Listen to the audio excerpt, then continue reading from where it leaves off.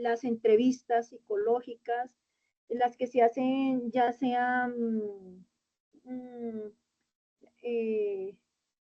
bueno, todas las entrevistas psicológicas. También hace parte los aportes que uno tiene en la observación que uno hace dentro de la entrevista, el examen mental, las esferas son muy importantes también. O sea, hay muchas herramientas como uno medir desde lo psicológico y pues las pruebas son parte importante para refutar, para medir, para hacer un paralelo también con la información que uno ha recolectado con las otras medidas de recolección de información. Bien, muchísimas gracias. Y por acá tenemos a Nidia. ¿Tú qué nos quieres contar, Nidia, sobre tu percepción de qué significa esta pregunta para ti? Muy buenas tardes. Yo soy Nidia García, soy psicóloga clínica. Un feliz día para todos los colegas. Nos Bueno, mandamos besitos y abrazos entre todos, por favor. Es momento de celebrar lo que somos. Maravillosamente escogimos esto. sí, señora, es una vocación. Bueno, hay una cosa que me parece importante, cómo medir lo psicológico. Yo creo que nos estamos sujetando a la medida. Yo creo que tenemos más bien, y mis otros colegas lo han dicho con toda la claridad, unos vastos recursos para hacer valoraciones de los aspectos psicológicos que tienen que ser determinadamente integrales, pero pienso que si nos basamos en las pruebas, cuando casi siempre nos dicen cómo medir, estamos mirando el tema de las pruebas. Recordemos que las pruebas son eso, son hipótesis, ¿no? Hipótesis, pero a lo que voy yo es que pero lo que me parece más importante es tener una muy buena fundamentación desde los principios de la psicología y pues de todo lo que vemos en ese programa, ¿no? Eso es lo que considero yo como importante. Sí, tenemos pruebas, tenemos observación, tenemos registros, tenemos test, tenemos examen, como lo decían ahorita, examen mental y una vasta posibilidad en la entrevista, pero considero, y me perdonan que repitan, considero que lo más importante, más que medir, es comprender todo el tema de la fundamentación cuando nos enfrentamos a un caso.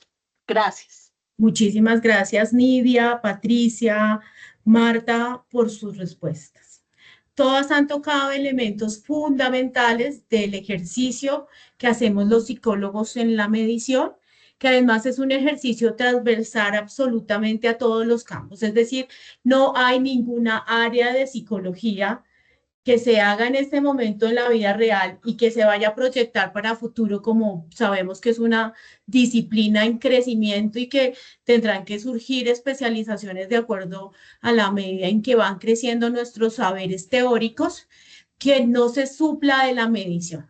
Y todas han señalado aspectos súper relevantes de la evaluación, en particular de medir lo psicológico. Yo escogí esta pregunta porque es una pregunta paradigmática que en ese sentido da la luz a la existencia de la psicología como una disciplina científica. Y este señor que está ahí, que yo no sé si alguien sabe quién es, pero pues si lo sabe, igual lo voy a repetir, y se llama William Scoville, que es un neurocirujano. Lo que está aquí puesto es el diseño de la operación a través de la cual se intervino a el famoso caso HM. Este señor, para suplir una necesidad fisiológica de Henry Molaison, que era el paciente estrella, un paciente súper importante de la psicología, diseñó esa forma de intervenir y de atacar lo que en algún momento producía una serie de convulsiones que eran incontrolables. Ok. Entonces, ¿por qué lo traigo aquí a colación? Porque medir lo psicológico implica, uno, trabajar con variables latentes. Todos ustedes mencionaron aspectos relevantes de la medición, sobre las técnicas y sobre la necesidad de estar cualificados para poder hacer una buena intervención en una medición.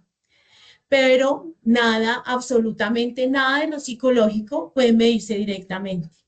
Y este caso es tan relevante en la historia de la psicología porque a partir de la intervención del neurocirujano, el señor HM pues tiene una serie de funcionamientos diferentes antes y después de esa intervención. Y aquí, más adelante, en la siguiente diapositiva, quería mostrarles a Brenda Miller, que ella es una de las neuropsicólogas más importantes de la historia de la psicología, porque ella es quien estudió durante toda su vida a HM. ¿Y por qué lo traigo a colación? Porque es que resulta que nosotros evaluamos algo que se llama la psique. La psique es eso que nos da la naturaleza humana, nos cualifica desde un sentido que es mucho más complejo que la biología, como un fenómeno que implica y que se relaciona con síntomas y conductas que se expresan en cada individuo de manera diferencial. Y esto es un debate enorme y grandísimo y por eso es que la pregunta de cómo medir lo psicológico para llegar a pruebas estandarizadas y para decir que la psicología es una disciplina científica involucra necesariamente este conocimiento técnico para el desarrollo de medidas, dentro de las cuales, además de las técnicas, que ya sabemos que dependiendo del área hay unas aplicaciones diferenciales, las pruebas psicológicas son nuestra herramienta y de alguna manera nos permiten fundamentar todos nuestros conceptos profesionales. Es decir, sin ellas, la psicología pierde esa característica de técnico-científica y el lenguaje pierde un poco esa fundamentación de rigurosidad absolutamente necesaria y en eso pues Marta y Patricia lo han señalado en que son parte de, pero no lo son todo. Sin embargo, sin esa parte nos quedamos un poquito cojitos en términos generales y es importantísimo estar cualificados y entender cómo funciona. Entonces, esta pregunta, que es una pregunta filosófica que atraviesa la psicología todo el tiempo, se resuelve en 1948 frente a un debate de qué significa poder medir y sale el artículo de Stevens que nos cuenta que independientemente de que seamos un fenómeno que no se pueda tocar, que era el gran argumento en contra de la psicología como una disciplina, él argumenta que existen diferentes tipos de variables, introduce las variables categóricas, nominales y las que no son de intervalo para poder justificar el uso de medidas en psicología. Por eso es tan relevante, porque a pesar de que teníamos detractores que argumentaban en contra de la psicología como una ciencia, aparecen unas soluciones y todas esas soluciones vienen dotadas de alguna manera de la matemática que da origen a la prueba. Entonces, aquí está. Quería que lo tuvieran en mente. Creo que no hay ni un solo psicólogo que en su historia de formación no haya estudiado un poco a Brenda Miller y para mí traerla hoy a colación no deja de perder valor, además porque es una de las primeras 100 mujeres que pasan a la historia por sus aportes a la ciencia. También es importante tener esto como para hablar un poquito de qué significa una prueba estructurada. Una prueba estructurada es un método a través del cual yo puedo obtener una estimación de un atributo. Y ese atributo se fundamenta en un marco conceptual que consta de una teoría y de una metodología para asignar un valor o una categoría, y esa categoría debe reflejar la magnitud del atributo y ser consecuente. Por eso es una escala y debe ser representativa. Entonces, estas pruebas, las pruebas en general, lo que hacen es que nos ayudan no solamente a consolidar la disciplina como científica, sino que además nos dotan a nosotros de herramientas para que nuestro trabajo pueda llamarse que es riguroso y metodológico y de que estamos contribuyendo al crecimiento del conocimiento, aunque no trabajemos necesariamente en las ciencias básicas o no necesariamente todas nuestras intervenciones vayan a ser parte de grandes estudios. El hecho que todos los días trabajemos con personas, que utilicemos adecuadamente la técnica, ayuda a dotar a la disciplina de la psicología como lo que es un área de ejercicio liberal, científico y fundamentado en el método científico. Yo no sé, me imagino que aquí la mayoría de las personas utilizan pruebas o han utilizado pruebas en algún momento de su quehacer profesional y me encantaría escucharlos respecto a ese uso, qué prueba utilizan, en qué contexto la han utilizado y que nos cuenten en realidad cómo perciben la utilidad de esas herramientas. ¿Quién quiere hablar por aquí? Por Dios. Yo lo que pasa es que veo la presentación y a veces me pierdo un poquito de ver si están levantando la mano. No te preocupes, que aquí te Otra vez, avisamos. Patricia, Calvache. Vi por acá a, Patricia Calvache quiere participar. por favor, Patricia. Mira, entonces yo aplico la CTC, esta es una prueba que es clínica, valora el comportamiento pues el comportamiento a nivel patológico, de patología. Pues determina problemas de ansiedad, de neuroticismo, de psicoticismo, de la parte de la enfermedad mental. Entonces valora a la persona a qué punto tiene alguna desviación en su personalidad, ¿no? Pero todo a nivel de patología. Entonces es muy interesante porque pues arroja datos confiables a nivel clínico y es un complemento realmente para lo que es la valoración de la personalidad. Sobre todo yo valoro las personas que van a ingresar al medio aeronáutico, entonces uno tiene que saber ahí pues qué tendencias a nivel patológico tiene la persona y se complementa con la entrevista, como decías tú y como decían muy bien, la entrevista que es fundamental, es una herramienta fundamental y en la valoración a nivel de personalidad y aptitudinal, las aptitudes que tengan, las habilidades ajustadas a lo que al desempeño que se requiere en vuelo. Entonces, es un complemento muy valioso realmente en la parte clínica, la valoración clínica. ¿Alguien más por ahí? Lalia, por favor.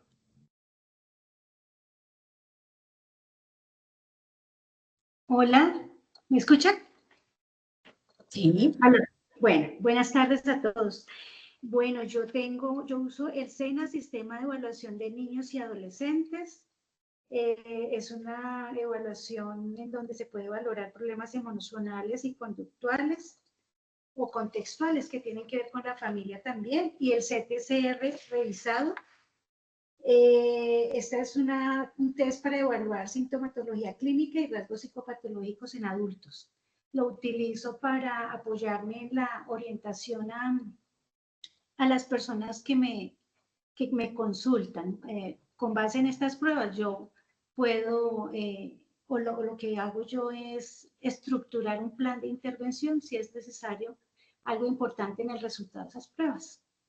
Muchísimas gracias. Tanto Patricia como Laila mencionan cosas súper relevantes que no puede hacer la IA por los psicólogos y es tomar decisiones consecuentes, unas con unos criterios específicos que buscan garantizar el mejor funcionamiento cognitivo posible o identificar aspectos relevantes del trabajo para la intervención. Entonces, yo quiero resaltar que sin duda nada puede reemplazar el quehacer del psicólogo desde su conceptualización y su capacidad de observación. Entonces, esa es la primera cosa que la IA nunca podrá emular, es la capacidad que tenemos nosotros de entender y de leer los contextos. Yo le puedo pedir a la inteligencia artificial una cantidad de tareas y de hecho en el día a día ella me ayuda en un montón de cosas, pero debemos tener en mente que eso no puede sustituir mi criterio. Entonces, en ese sentido, quiero que ustedes siempre, cuando trabajen con inteligencia artificial, con elementos automatizados que están disponibles cada día más en diferentes plataformas, sean muy observadores y cuidadosos. ¿Por qué? Pues porque sin duda, como no tiene la capacidad que tenemos nosotros de observación, la inteligencia artificial no puede objetivar lo subjetivo. más allá de lo que nosotros mismos les indiquemos. Y en ese sentido, personalmente yo también utilizo la inteligencia artificial. Trato de ser lo más técnico posible y pedirle que actúe teniendo en consideración unas referencias que me permiten a mí comparar y verificar si lo que está haciendo está bien o mal. Entonces, sobre todo la invitación es a ser desconfiados de lo que pasa con la IA. Si bien es una gran ayuda, ella no puede superar. Y algo que escuchaba yo en algún tipo de entrenamiento es siempre trate de utilizar y tener muchas de las respuestas que tiene hasta que quede satisfecho. A veces ponemos la tarea y la tarea sale automática y entonces ahí es donde entra nuestra cualidad de conocedores de los aspectos psicológicos para ser críticos y hacer correcciones sobre esa tarea. La IA tampoco va a poder desarrollar teorías y modelos. Finalmente, el asunto está más allá del saber que se puede haber compilado en este tipo de aplicaciones. Y sobre todo es importante tener en mente que toda esta información recurrente que ya está disponible en todas las aplicaciones de inteligencia artificial tiene importantes sesgos porque provienen de sitios privilegiados donde existen personas que han tenido un nivel educativo particular, que tienen unas orientaciones particulares y que eso permea el acceso de los demás. En particular en Colombia, nosotros no tenemos una empresa desarrolladora de aplicaciones de inteligencia artificial y casi todos los algoritmos que se aplican están pensados desde poblaciones diferentes y sabemos que existe un sesgo que está contaminado específicamente por el pensamiento masculino. De hecho, nosotros tenemos hasta ahora estamos entrando en una regulación de IA que ni siquiera hemos abordado desde lo psicológico qué significa. De hecho, una normatividad que está recién aprobada sobre la IA habla de que no debería utilizarse la inteligencia artificial para intervenciones que tengan que ver con la conducta.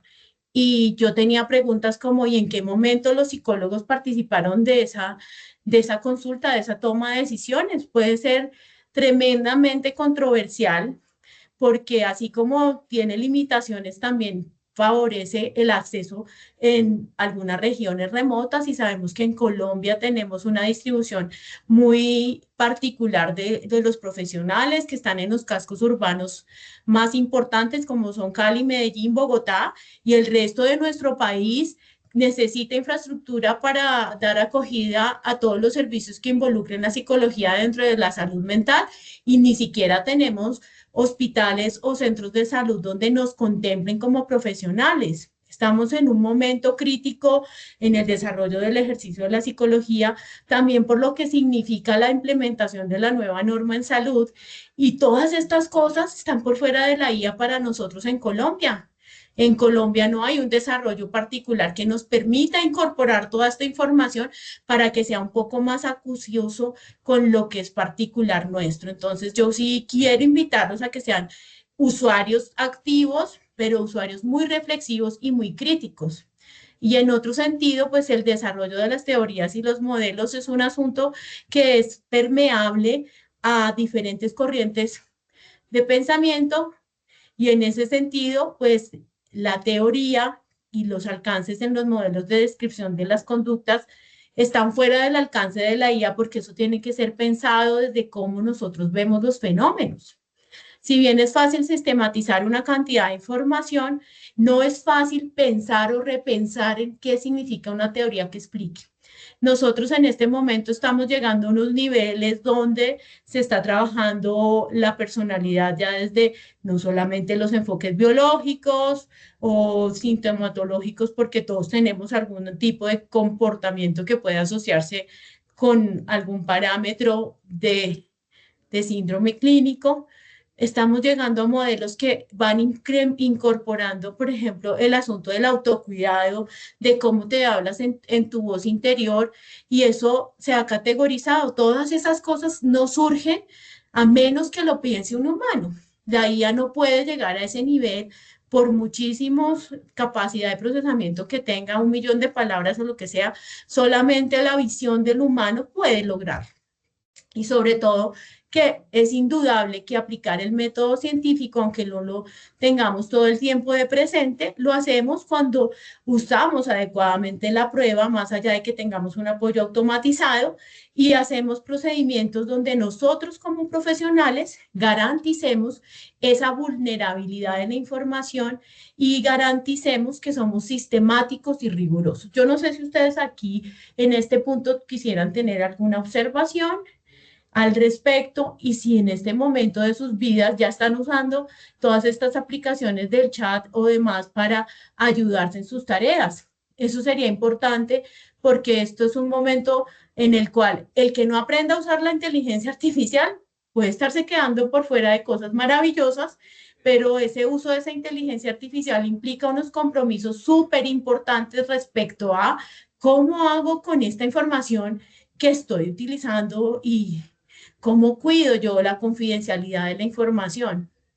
¿Quién me quisiera responder en este momento? ¿Hay alguna persona del público que utilice la inteligencia artificial?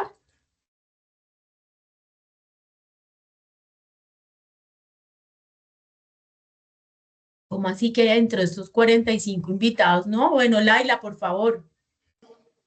Bueno, realmente no, apenas he dado como esos acercamientos a las apps que existen. Obviamente tiene unos beneficios bien interesantes. Y primero, ¿qué hice yo? Acceder a como un entrenamiento inicial, porque todas estas aplicaciones hay que saberlas utilizar. Tienen muchos beneficios en el sentido de que te pueden dar ideas con relación a cómo estructurar más, como más puntualmente algún proceso, ¿cierto? Si tienes alguna duda. Pero y yo la he usado para cosas muy mínimas. Lo que sí es cierto es que hay que conocer la aplicación, ¿cierto? Hasta el acercamiento apenas que he tenido es eso, es conocer cómo se utiliza esa aplicación. De hecho, hay que personalizarla. Y pues para eso tuve que hacer, no lo he hecho, un curso, un Ok. cursito para conocer la misma aplicación. Realmente no he llegado a esa profundidad en donde diga yo que la inteligencia artificial vaya a reemplazar a las personas porque creo que no. Creo que No, jamás. es una herramienta. El asunto es que puede ser utilizada por personas que no están formadas y capacitadas en el tema psicológico como nosotros y que pueden estar en sus habilidades, porque hay mucha gente muy habilidosa, reemplazando al profesional, que es lo que quisiera yo que no puede Ok. pasar. Puede pasar porque de hecho mira que ya en el tema de la asesoría y orientación psicológica, sin que se llame así, ya ha existido. Hay gente Claro. que se las da de hacer sus retiros. Hay por allá un personaje, creo que es mexicano, que hace sus retiros muy costosos en una isla y la gente vaya a hacer unas terapias de sanación. Y no es psicólogo, es un culebrero muy hábil, realmente que vende muy ¿Será? bien. Entonces pienso que eso puede pasar con la inteligencia artificial. Entonces el asunto es que creo que nosotros el asunto, el quick del asunto es que podamos conocer bien y manejar la herramienta sin dejar de lado nuestra profesión, sino que somos realmente los conocedores o los formados en el tema de la psicología y pues obviamente nos toca también adelantarnos y ponernos al nivel de la inteligencia artificial, tomando de ella lo que nos pueda servir para nuestros fines profesionales, ¿no? Creo Sí. que porque con esto de la inteligencia puede surgir un caso muy similar a todos estos personajes que se inventaron unas fines de semana para curación, hablan de sanación de heridas, bueno, hablan de un Bueno. poco de cosas sin ser profesionales en el tema Bueno, del Laila, asunto. yo quiero como hacer una intervención ahí en ese sentido y esta intervención viene abocada un poco por esos comentarios que haces acuciosamente. Lo primero es, como psicólogos, nosotros no podemos resistirnos al avance. Infortunadamente, en mi ejercicio como magistrada, yo me encuentro que hay psicólogos que no tienen las suficientes competencias cuando abordan los asuntos con sus pacientes, usuarios, y nos ponen a un nivel prácticamente como el que vive la psicología pop, que es todos los seres humanos somos un laboratorio viviente, y entonces en ese sentido tenemos una mirada prospectiva, introyectiva de qué es la psicología. La verdadera habilidad del psicólogo es hasta dónde yo soy distinto del taxista que me dice que él escucha a todo el mundo, ¿sí? Eso es fundamental. Les digo que algo que yo reprocho y me genera mucha incomodidad es ver que en el Facebook hay personas que pasan y piden una pregunta sobre, necesito hacer una intervención. ¿Quién de mis amigos psicólogos aquí me podría dar guía? ¿Perdón? Es imposible que un psicólogo profesional, graduado, con tarjeta, que tenga inclusive un registro de una Secretaría de Salud, salga a develar su ignorancia en el Facebook y de paso nos hace quedar mal a todos. Y además es tan importante porque además yo no tengo certeza de qué es lo que me van a responder, quién me va a responder o qué me va a facilitar. Entonces, lo primero es que todos los asistentes a esta charla tengan clarísimo que eso es parte de una falta enorme de competencia que nos vulnera el estatus a todos los profesionales. Igualmente pasa con las pruebas. La prueba necesita un entrenamiento, una cualificación. Miren, por lo menos leer el manual detalladamente y hacerse preguntas capciosas sobre aspectos relevantes. Eso, digamos, creo que hace parte de la magia que la IA jamás podrá igualar. Yo sé que Laila quiere decir algo, pero quisiera pues aprovechar que nos quedan muy pocos minutos para tratar de mostrarles qué otras cosas yo traía aquí como algunos ejemplos en particular de lo que pueden ser unas ventajas en el uso de la IA, pero que a su vez tienen unas contrapartes que no necesariamente nos permiten mostrarnos con la competencia suficiente. Entonces hay que cuidarnos muchísimo en ese sentido. Entonces aquí hay 3 aplicaciones que hacen el tratamiento, por ejemplo, de TEDS. Y en este caso, Kahoot, que es una herramienta que se utiliza para diseñar algo así como pruebas de conocimiento, pues facilita muchísimo la tarea. Entonces, de alguna manera, los profesores, los psicólogos que trabajan, por ejemplo, en orientación vocacional o que tienen algún tipo de carga asignada como docentes, podrían valerse de este tipo de cosas para poder hacer evaluaciones de manera rápida.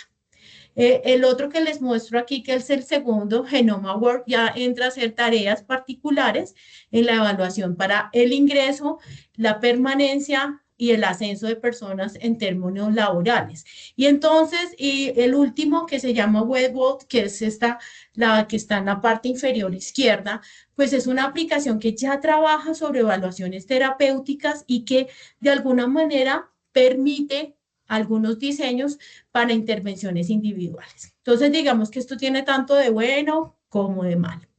Lo primero es mostrar que estas tareas que pueden ser automatizables, pues son habilidades que muchas veces los psicólogos no han adquirido completamente y que evidentemente con el apoyo de este tipo de herramientas las puedo hacer. Entonces, antes existía un técnico para aplicación de pruebas en el contexto organizacional, pues mira, ya está Genoma Work y a ese no hay que pagarle, a ese no necesariamente, él no tiene problema en utilizar, él lo tiene clarísimo para corregir y se demora 30 segundos después de que la persona haya respondido.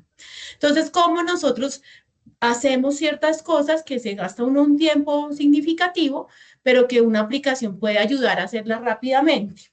Y sobre todo en la última que genera mucha controversia, pero que existe una realidad enorme y es que todo el mundo no tiene dinero para acceder a un tratamiento psicológico, pues este tipo de aplicaciones facilitan. A mí en particular he escuchado algunos ejemplos y sé de un psicólogo colombiano que hace cosas maravillosas y que ya tiene chats entrenados. Entonces, miren, si nosotros seguimos pensando, tenemos que actualizarnos, sin hacerlo, hagámoslo. Los invito a que el día de hoy le echen una mirada, lo utilicen, porque esto pasa rapidísimo. En un año los cambios han sido brutales en cuanto a capacidad y entonces el que no la aprenda a manejar se está quedando atrás y se está perdiendo de estos beneficios. De la misma manera, entonces aquí yo traje un poco las desventajas de hacer uso de ejercicios con pruebas psicológicas, entre comillas, en la IA. Y es uno, lo que les decía, el sesgo de los algoritmos. Nosotros no somos fuertes en ese sentido y todos los países latinoamericanos se vienen pensando en términos de algoritmos que están hechos desde otros países donde no consideran ni nuestra diversidad racial ni nuestra diversidad cultural y que además está un mundo predominado por hombres. Es decir, aquí hay, y ya lo ha demostrado estudios diciendo que todo esto tiene una cantidad de sesgos desde lo que es el pensamiento masculino y que se necesitan muchas más mujeres entrenadas en estos asuntos para que todo eso empiece a disminuir. Y lo que está haciendo es incrementar brechas silenciosamente. Además, algo que no tiene y jamás va a poder tener la IA es esa sensibilidad que nosotros tenemos porque nada podrá reemplazar nuestra inteligencia emocional. En este momento, la IA está demostrando algo que los psicólogos en mucho tiempo no habíamos proyectado con la suficiente importancia y es cuánto importa esta inteligencia emocional, tanto la del psicólogo como un profesional en su actuar y como la de entender esos comportamientos que tienen que ver con la emoción, la comprensión, la empatía, incluso he visto algunos estudios que hablan sobre la autocompasión, en cómo nos estamos hablando permanentemente. Jamás la IA va a poder reemplazarlo.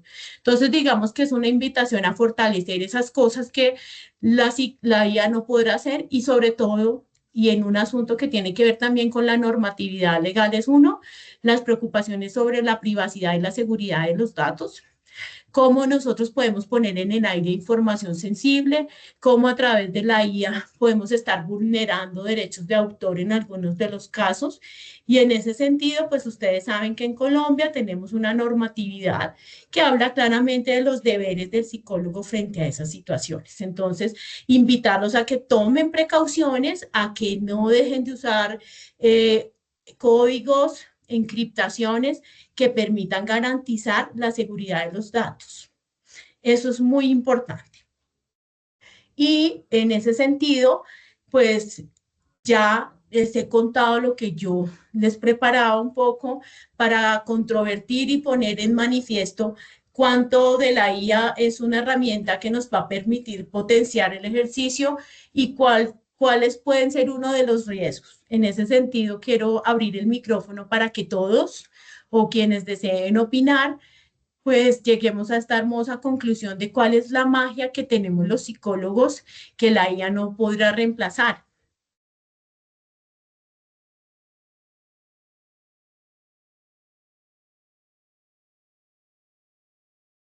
Luis Buenas Fernando, tardes. ¿cómo estás? Bienvenido. Yo pienso que la inteligencia artificial sirve para hacer trabajos de investigación porque cada día, pues, para el que hace documentos y para una tesis de grado, para un doctorado, allá sirve para apoyarse en uno de las cuestiones bibliográficas, en los cuadros comparativos. Pero yo creo que la inteligencia artificial no creo que vaya a sobrepasar las habilidades y las destrezas de un psicólogo clínico bien entrenado con experiencia, ¿no?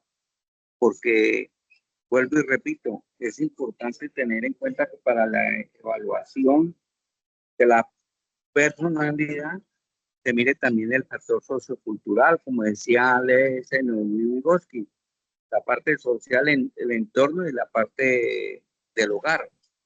Y hay otra parte que dice Carmiló, que usted coloca a unos muchachos de diferentes clases sociales a dibujar lo mismo, un carro que existe, un carro que no existe, un avión que exista, un árbol que no exista, como 4 o 5 consignas, pero a partir de la edad de 7 años, de 7, 8 años, y de acuerdo a su condición social, se van marcando las variables y las diferencias. O sea, que la inteligencia emocional, para mí, para hacer un diagnóstico clínico, es muy difícil. Tiene que entrar el cerebro de una persona que esté viva para poder darle como el tinte clínico y firmar un diagnóstico. Muchas gracias. Muchas gracias. Marta.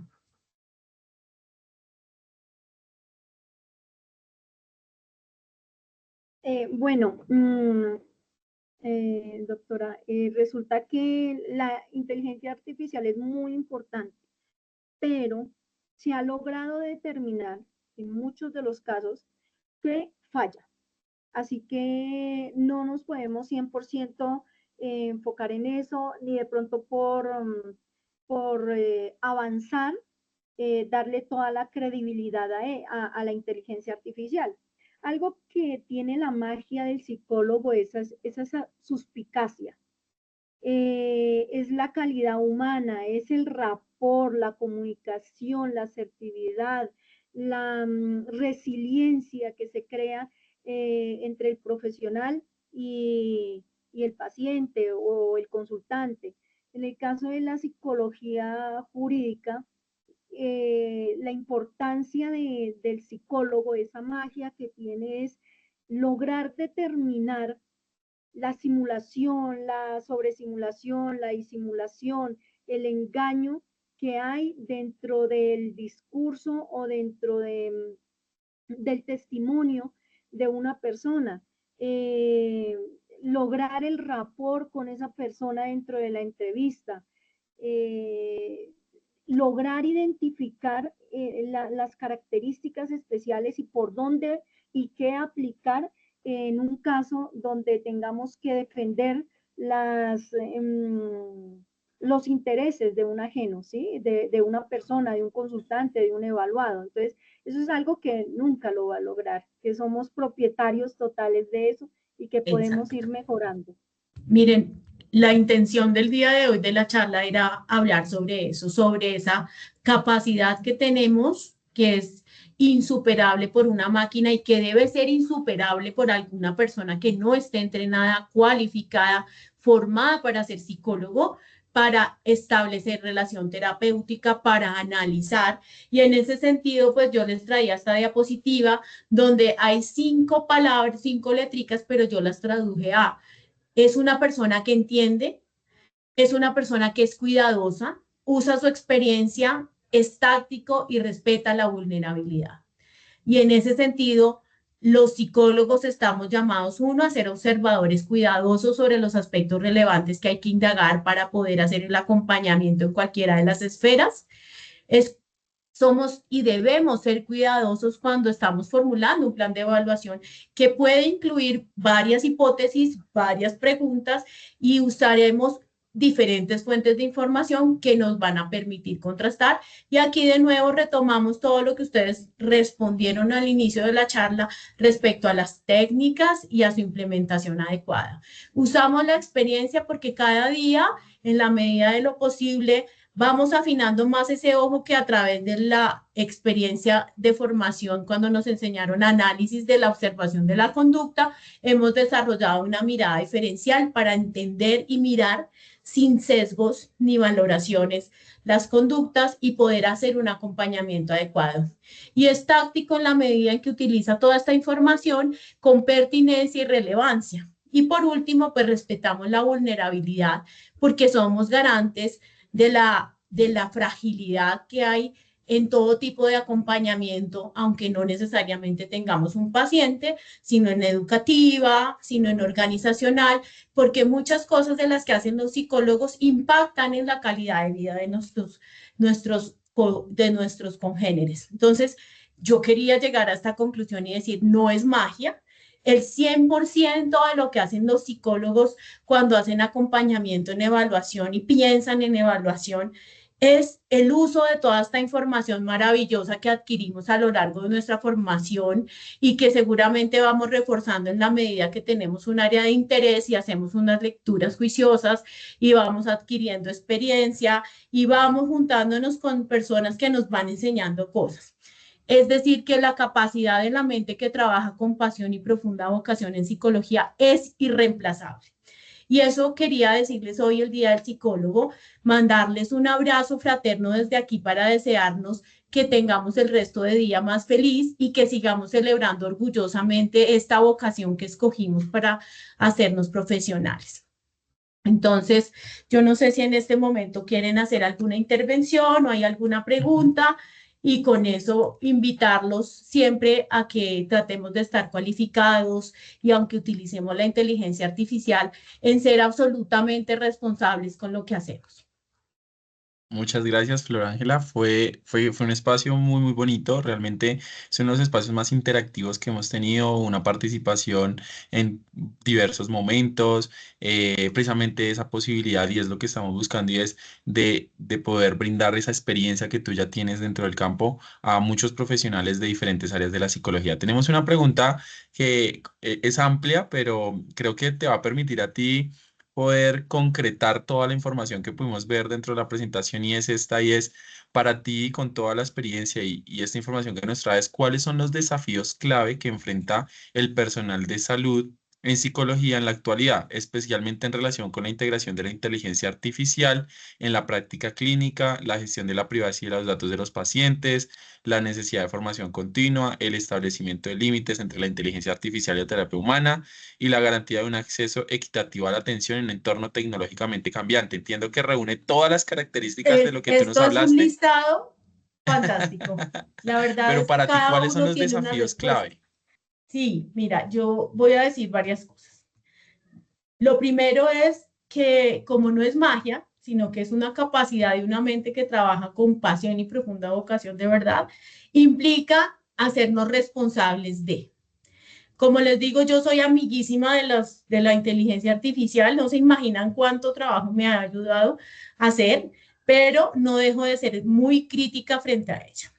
Siempre estoy buscando una actualización y la actualización no es sencilla. Miren, he encontrado efecto personas que no, después de que se forman, pareciera como que le tienen una pequeña aversión a ciertos procesos de formación que son necesarios. Entonces, es tener una mirada muy crítica frente a la inteligencia artificial. Yo les cuento que hay protocolos y que hay protocolos que creo que no son tan divulgados sobre cómo utilizar la información digital. Les mencionaba, traten de asegurar, por ejemplo, los que trabajan en los campos clínicos y en los campos educativos, que la información que dispongan se anonimice, que cuando yo tengo que hacer tengo que compartir en equipos interdisciplinares información, debo garantizar qué cosas sí puede ver el otro que no necesariamente sean las mismas que yo trabajo. ¿Por qué? Pues porque hay información sensible. Eso sucede en algunos entornos como el organizacional o el educativo. Entonces hay que garantizar hasta dónde el psicólogo implementa protocolos o no para establecer barreras que impidan esa violación de la confidencialidad. La confidencialidad es un deber del psicólogo y es un derecho de los usuarios y de los pacientes hasta más allá de la muerte. Entonces, hay solo dos excepciones posibles y en ese sentido, todos los psicólogos deberíamos tener un juicio crítico al momento de manejar esa información.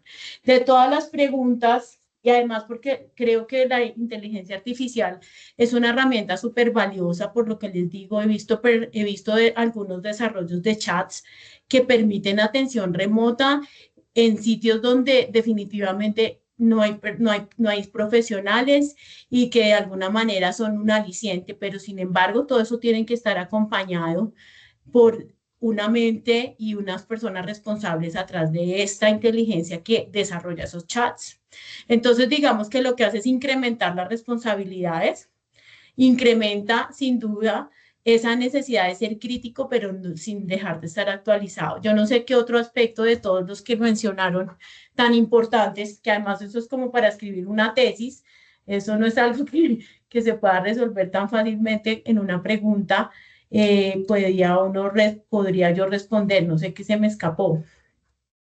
Bueno, Flor, la verdad es que tú me dirás si estamos de acuerdo, pero se enmarca mucho en esa responsabilidad que como profesionales tenemos de asumir justamente estos retos y de precisamente utilizar la inteligencia artificial como un complemento y un acompañamiento en nuestros procesos, pero que, como tú lo has dicho en toda la presentación, el eje principal aquí es el profesional, es quien lleva completamente todo el proceso. Entonces, claro, que pudiste dar respuesta a la pregunta que nos hicieron.